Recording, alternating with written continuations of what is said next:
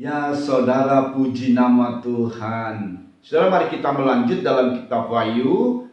Ya, masih pasal 4 tentang bagaimana disingkapkannya mengenai dimensi roh Tuhan. Saudara, kita akan melihat tentang 4 makhluk. Ayat 7, adapun makhluk yang pertama sama seperti singa, dan makhluk yang kedua sama seperti anak lembu, dan makhluk yang ketiga mempunyai muka seperti muka manusia, dan makhluk yang keempat sama seperti burung nasr atau burung raja wali yang sedang terbang. Ada 4 makhluk, dan 4 makhluk ini adalah 4 karakter ilahi atau sifat ilahi, saudara ya. Nah saudara, yang berkaitan dengan hal ini dalam tabernakel, karena standar dimensi roh Tuhan, dunia roh Tuhan itu dalam tabernakel, saudara ya, adalah di mana dalam tabernakel ini ada 4 warna. Di setiap pintu dalam tabernakel ada 3 pintu: pintu gerbang, pintu kemah, dan tabir. Semuanya ini mengandung makna, saudara. Ada 4 warna. Ya, kita baca untuk pintu gerbang, saudara, dalam Keluaran 27 ayat 16. Tetapi untuk pintu gerbang pelataran itu tirai 20 hasta dari kain ungu tua, dalam bahasa Inggris blue atau biru, dan kain ungu muda, dalam bahasa Inggris purple, artinya ungu, kain kirmisi warna merah, dan dari linen halus yang dipintal benangnya, tenunan yang berwarna-warna dengan 4 tiangnya dan 4 alas tiang itu, saudara. Pintu gerbang ada 4 warna. Lalu kita lihat lagi dalam pintu kemah, saudara ya. Dalam Keluaran 26 ayat 1, kemah suci itu haruslah kau buat dari 10 tenda dari linen halus, ini putih, yang dipintal benangnya, dan dari kain ungu tua, blue, biru, kain ungu muda, warna ungu, dan kain kirmisi warna merah, dengan ada kerupnya buatan ahli tenun, haruslah kau buat semuanya itu.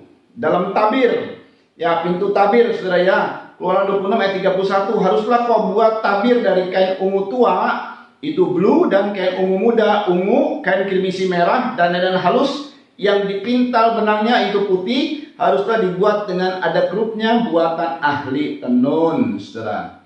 Nah saudara, ada warna ungu. Warna ungu ini adalah menunjuk kepada warna raja. Lalu ada warna biru. Warna biru menunjuk kepada warna hamba. Dan kemudian ada warna kirmisi merah menunjuk kepada warna manusia. Dan kemudian warna putih menunjuk kepada warna anak Allah. Jadi ada 4 warna, saudara. Dan semua adalah ditenun oleh ahli tenun, saudara ya. Nah saudara, dalam Mazmur 139 ayat 13 dinyatakan tentang soal tenun atau menenun, saudara. Mazmur 139 ayat 13. Sebab engkaulah yang membentuk buah pinggangku, perhatikan, menenun aku dalam kandungan ibuku. Saudara, konteks menenun di sini ini seperti sifat-sifat itu, saudara, atau DNA yang menurunkan sifat-sifat itu seperti DNA, saudara ya. Kalau dilihat secara ilmiah, DNA itu seperti satu rangkaian yang ditenun, saudara ya. Saling menenun itu saling menjalin, saudara ya. Makanya ini karakter ilahi atau sifat ilahi, saudara. Nah saudara, kita lihat baik-baik, saudara, karena Tuhan menyatakan begini, bahwa kita ini adalah anak-anaknya, saudara ya. Bagaimana kita disebut anak-anaknya? Karena kita dilahirkan kembali dari air dan roh. Bukan diadopsi oleh Tuhan sebagai anak, tetapi sah sebagai anak Allah, saudara. Lahir dari air dan roh. Itu perkataan Yesus sendiri. Kamu harus dilahirkan kembali dari air dan roh. Waktu orang mengalami proses kelahiran kembali, saudara, kelahiran baru, dia menjadi anak Allah, saudara. Sama seperti keadaannya di manusia. Kalau misalnya kita sebagai anak, maka kita menurunkan sifat orang tua kita, saudara ya.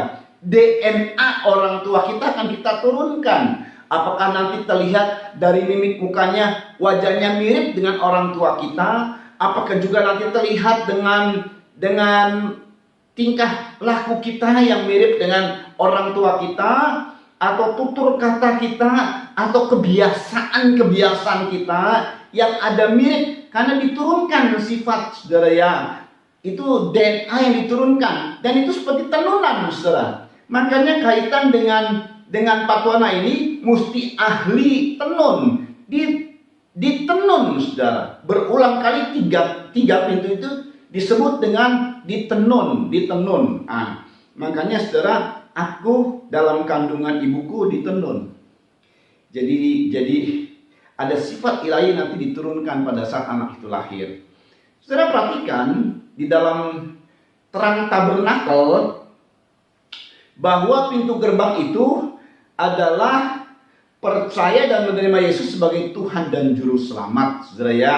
Lalu kemudian dari situ, ini adalah tingkat rohani orang Kristen. Dari situ kemudian, saudara ya, kita bertemu dengan mezbah korban bakaran. Setelah percaya dan menerima Yesus, kita akan datang kepada pertobatan. Bertobat dengan memandang korban Kristus sebagai anugerah, sehingga kita diselamatkan, bukan karena perbuatan baik kita, tapi anugerah Tuhan.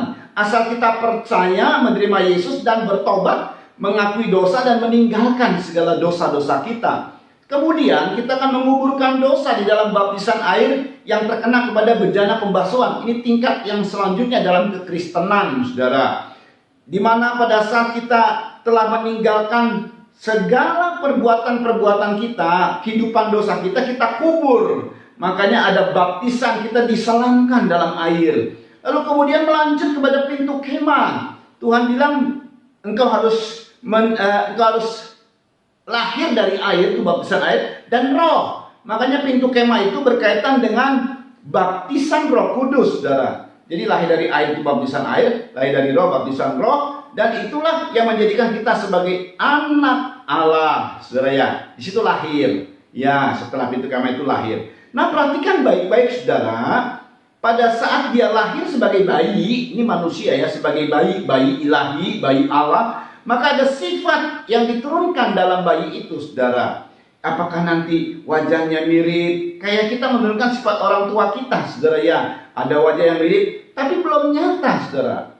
Tapi saudara, kita lihat, kita sedikit mundur dulu. Berarti kalau di pintu kemah ini sebagai bayi, berarti sebelumnya sebagai janin, sebagai janin yang sedang dikandung oleh ibu, saudara ya. Nah, saudara perhatikan baik-baik, sebagai janin yang dikandung ini sama seperti kalau misalnya ini baru jadi bakal anak, saudara. Di dalam janin ini yang belum berbentuk itu, saudara, ada karakter yang dari orang tuanya, ada sifat yang dari orang tuanya yang akan diturunkan si anak ini ya, yang sebagai janin ini, saudara ya. Nah, pada saat dia lahir mulai sedikit nampak, tapi belum mencapai kepada kedewasaan. Lalu kemudian bertumbuh kita. Itu sebabnya ada makanan, meja roti sajian, roti di situ, makanan rohani kita, roti firman Tuhan, saudara. Lalu kita ada pelita emas sebagai terang. Ini masa pertumbuhan, saudara. Lalu ada mezbah dupa emas. Kita harus menyembah dalam roh dan kebenaran, saudara ya. Lalu kemudian dari situ baru ada tabir. Tabir ini, saudara, adalah kedewasaan rohani, di mana karakter ilahi menjadi sempurna dalam hidup orang yang telah dewasa rohani. Karena ada 4 karakter ilahi yang nampak jelas. Saudara ya, seperti saya pada saat baru lahir, apalagi masih dalam kandungan ibu saya, saudara ya, ini anak laki atau anak perempuan belum tahu nih, apalagi zaman dahulu, saudara. Lalu kemudian di dalam kandungan, wah ini mirip siapa ya? Belum tahu. Begitu lahir, oh kelihatannya mirip papanya atau mamanya ya, masih campur aduk lah ya. Lama-lama saudara sudah semakin dewasa, nampak semakin jelas. Oh mirip bapaknya ya, dari telinganya, dari bentuk hidungnya, dari bentuk mulutnya, mungkin dari omongannya, dari jalannya, itu mirip persis dengan bapaknya. Saudara ya, itu artinya menunjukkan sifat yang diturunkan dari bapaknya, saudara ya, semakin nampak jelas. Gitu. Demikian juga, saudara, kita menjadi dewasa rohani akan nampak jelas sifat ilahi dalam diri kita, saudara. Nah, kalau kita lihat secara sederhana, Matius, Markus, Lukas, Yohanes. Matius ini adalah berkaitan dengan Yesus sebagai raja. Kita katakanlah ini hal yang dimuliakan. Lalu Markus sebagai hamba, ini direndahkan. Lukas sebagai anak manusia.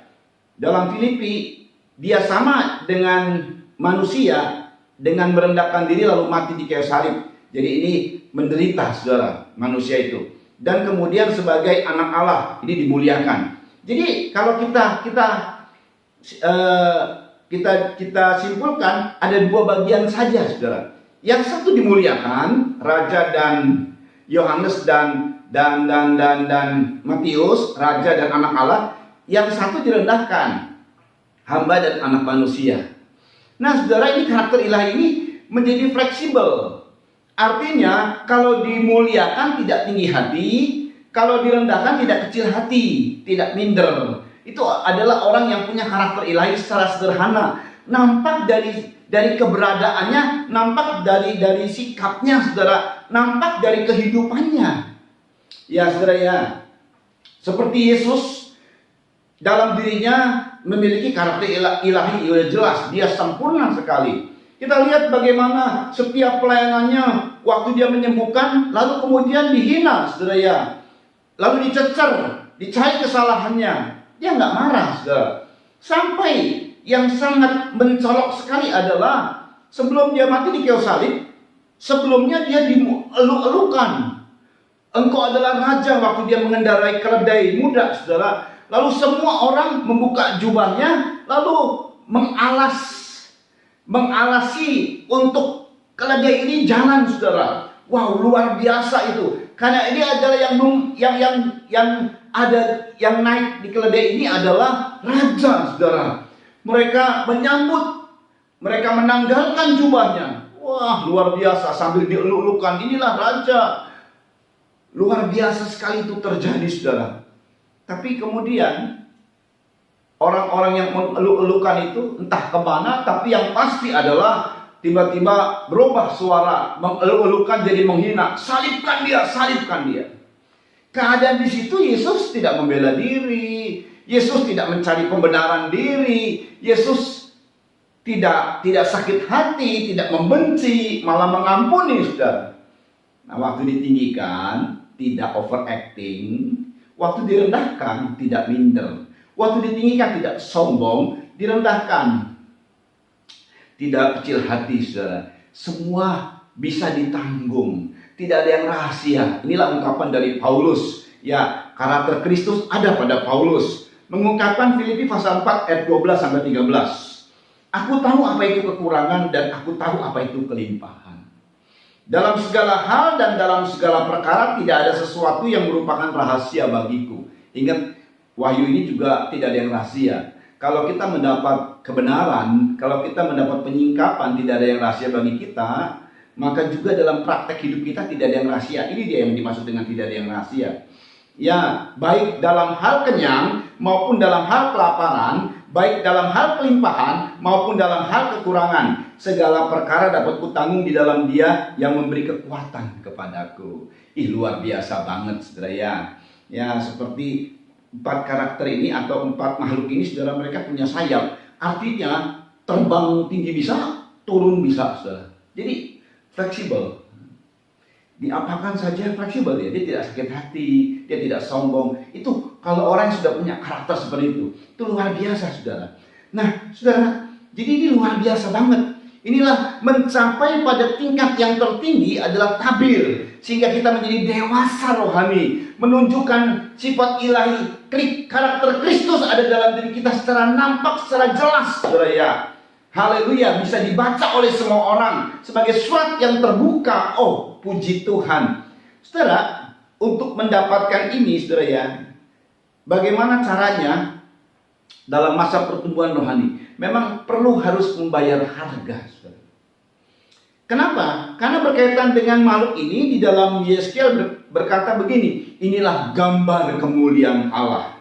Sebab kalau digambarkan, saudara ya, ada singa, lalu ada sayapnya. Bingung, ini makhluk apa? Bingung, tidak ada di bumi persoalannya. Tapi kalau dalam Yeskiel secara sederhana dan singkat saja saudara berkata begini. Ya, dari ungkapan Yeskiel pasal 1 kita melihat saudara, sederhana sebenarnya Yeskiel menyebut, daripada digambar jadi bingung saudara ya.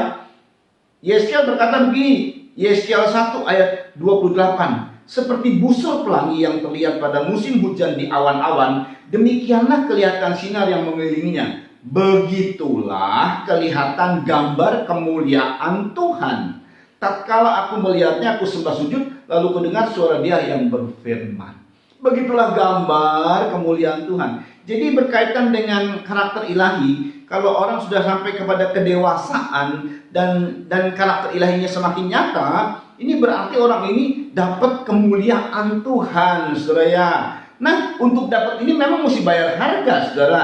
Sama seperti kita orang tua ini yang mendewasakan anaknya, saudara ya, perlu banyak dikeluarkan uang, saudara ya, untuk makannya.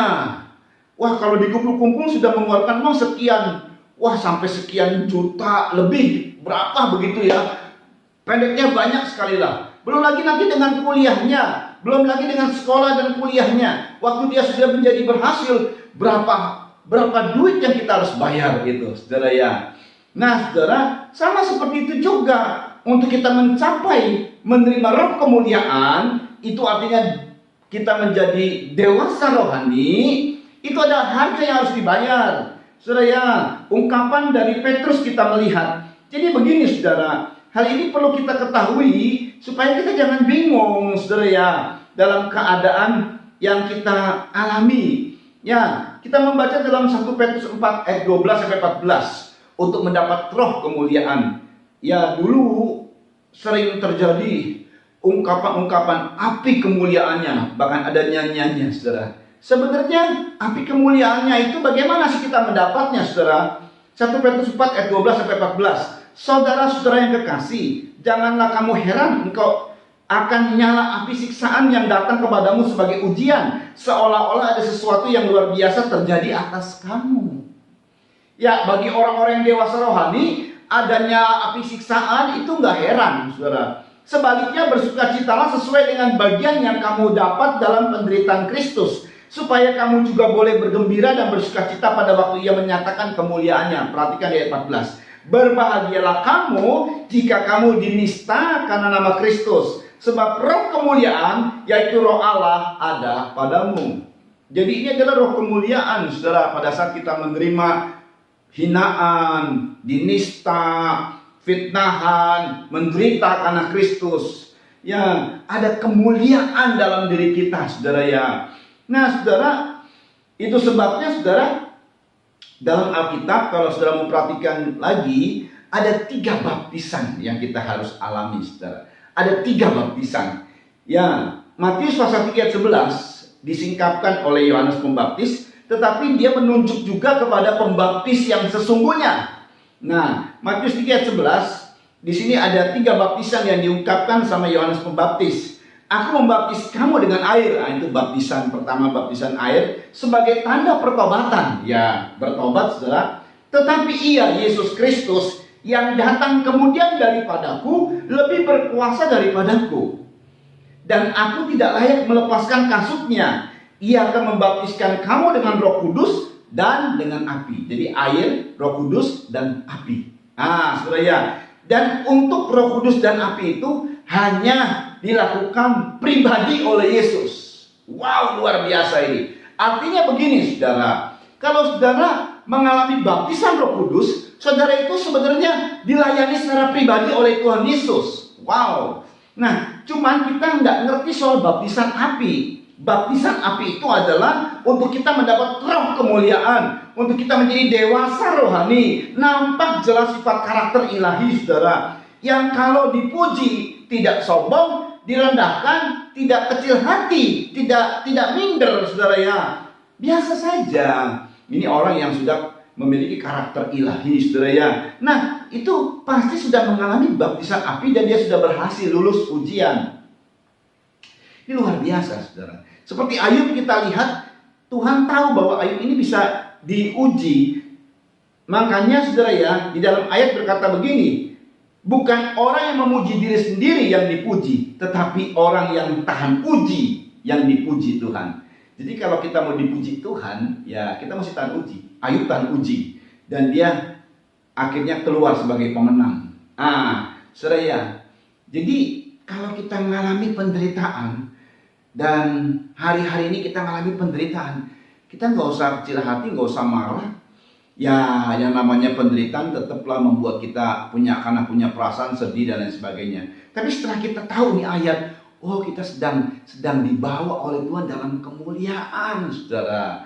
Nanti ada dampaknya loh, saudara. Luar biasa. Saya melihat bahwa di dalam dimensi roh Tuhan ini menjadi suatu sistem, saudara ya, seperti sistemnya Tuhan gitu loh. Sistem itu artinya begini, dia berjalan secara otomatis, saudara. Ya, dia berjalan secara otomatis. Ini dia luar biasa, saudara. Jadi seolah-olah begini, saudara ya, kalau ada orang Kristen nih, dia bertumbuh rohani, dan pada saat dia mencapai satu tingkat kedewasaan, maka apa yang terjadi di sorga? Samalah seperti begini, saudara. Kalau ada orang yang bertobat, terjadi sesuatu di sorga, saudara. Kita baca dulu untuk orang bertobat ya, Lukas 15 ayat 10. Aku berkata kepadamu, demikian juga akan ada sukacita pada malaikat-malaikat Allah karena satu orang berdosa yang bertobat. Jadi kalau di buku ini ada satu orang berdosa yang bertobat, ada sukacita di sorga. Di sorga terjadi sesuatu, saudara. Demikian juga kalau orang dewasa rohani. Waktu orang dewasa rohani, sehingga nampak karakter ilahi, sifat ilahi, saudara ya, maka di sorga terjadi sesuatu, saudara. Pada saat ada orang yang berhasil dia mencapai ujian dan berhasil, saudara ya, waktu dia diuji dan berhasil, di sorga terjadi sesuatu. Di mana sesuatu yang terjadi? 4 makhluk ini, saudara. Ada reaksi terhadap 4 makhluk ini. Nah, kita baca di ayat 8 Wahyu pasal 4. Dan keempat makhluk itu masing-masing bersayap 6 sekelilingnya, dan di sebelah dalamnya penuh dengan mata, dan dengan tidak berhenti-hentinya mereka berseru siang dan malam, Kudus, kudus, kuduslah Tuhan Allah yang Maha Kuasa. Ini perhatikan, selalu diseru-serukan begini, yang sudah ada, dan yang akan datang. Kita sudah pernah memahami tentang yang sudah ada, yang akan datang. Intinya, Tuhan itu hadir di segala waktu. Jadi jangan khawatir, karena Tuhan sebagai Bapa kita itu Maha Kuasa, dan Dia hadir di segala waktu. Ini yang diseru-serukan oleh 4 makhluk ini, saudara. Dan seruan ini, saudara, kita akan lihat baik-baik. Kita akan lihat, saudara, bagaimana di ayat selanjutnya. Dan setiap kali makhluk-makhluk itu mempersembahkan puji-pujian. Nah, kapan dia mempersembahkan puji-pujian? Itu di bumi ini. Saat di bumi terjadi kedewasaan rohani dan berhasil, di surga terjadi sesuatu. 4 makhluk ini selalu memuji Tuhan karena ada yang berhasil di bumi, saudara ya. Setiap kali makhluk-makhluk itu mempersembahkan puji-pujian dan hormat dan ucapan syukur kepada Dia yang duduk di atas tahta itu dan yang hidup sampai selama-lamanya, maka tersungkurlah ke-24 tua-tua itu di hadapan Dia yang duduk di atas tahta itu, dan mereka menyembah Dia yang hidup sampai selama-lamanya, dan mereka melemparkan mahkotanya di hadapan tahta itu sambil berkata, ya Tuhan Allah, dan seterusnya. Wow, luar biasa, saudara. Jadi setiap ada orang Kristen yang berhasil, waktu diuji dan dia berhasil, di surga terjadi sesuatu. Ada penyembahan di surga. Wow, luar biasa itu, saudara ya. Dan bukan hanya itu saja. Ini seperti sistem, seperti otomatis terjadi. Karena yang kita mau perhatikan di sini, saudara, ini sangat menarik sekali. Saya ulang di ayat 8. Kenapa? Ini penting banget. Dan keempat makhluk itu, ini adalah makhluk gambar kemuliaan Tuhan. Kemuliaan Tuhan, saudara ya. Keempat makhluk itu digambarkan kemuliaan Tuhan itu seperti 4 makhluk. Dan ini kalau orang sudah di bumi mencapai karakter ilahi, lalu keempat makhluk ini bagaimana? Dan keempat makhluk itu masing-masing bersayap 6 sekelilingnya, dan di sebelah dalamnya penuh dengan mata. Nah, ini ciri dari makhluk ini, saudara ya. Jadi kalau ada orang yang berhasil mencapai karakter ilahi, maka makhluk ini yang bersayap 6. Nah, saudara ya, 6 ini adalah angka manusiawi, kemanusiawian. Ya kenapa sayapnya 6? Itu karena menyentuh nanti kemanusiawian. Di mana manusiawi ini saudara adalah persoalan-persoalan dunia, saudara, persoalan bumi. Jadi kekristenan itu bukan teori, tapi real, nyata di kehidupan sehari-hari, nyata di jasmaniah kita, saudara. Karena firman yang tadinya rohani menjadi daging, nyata, saudara. Nah ini juga sama, saudara. Sayap 6 memiliki sayap 6 ini, saudara ya. Artinya apa? Pada saat adanya orang yang telah berhasil mencapai tingkat kerohanian yang berhasil, yaitu dewasa rohani, menunjukkan kedewasaan rohani, maka kemuliaan Allah turun. 4 makhluk ini turun dan dia mengembangkan sayap, saudara, memberikan perlindungan. Itu secara otomatis. Karena sayap itu selalu, kalau di dalam istilah ini, sayap ini adalah sebenarnya istilah, saudara ya. Istilah ungkapan dari Alkitabiah, sayap itu adalah bicara perlindungan. Di bawah kepak sayapmu. Nah, itu perlindungan, saudara ya. Nah, yang luar biasanya, ini terkena kepada satu perlindungan fasilitas dari Tuhan. Di mana di Mazmur 91 ayat 4 sampai 13 kita baca ya. Dengan kepaknya ia akan menudungi engkau. Di bawah sayapnya engkau akan berlindung. Jadi ungkapan istilah sayap itu adalah kekuatan perlindungan Tuhan. Kemuliaan turun melindungi, saudara. Bagaimana perlindungan Tuhan itu? Ini perhatikan. Kesetiaannya ialah perisai dan pagar tembok. Engkau tak usah takut terhadap kedahsyatan malam, terhadap panah yang terbang di waktu siang, terhadap penyakit sampah yang berjalan di dalam gelap, terhadap penyakit menular yang mengamuk di waktu petang. Nah, seperti COVID-19 corona ini, saudara. Bagi orang yang telah mencapai karakter ilahi, gak perlu takut. Perlindungan Tuhan nyata.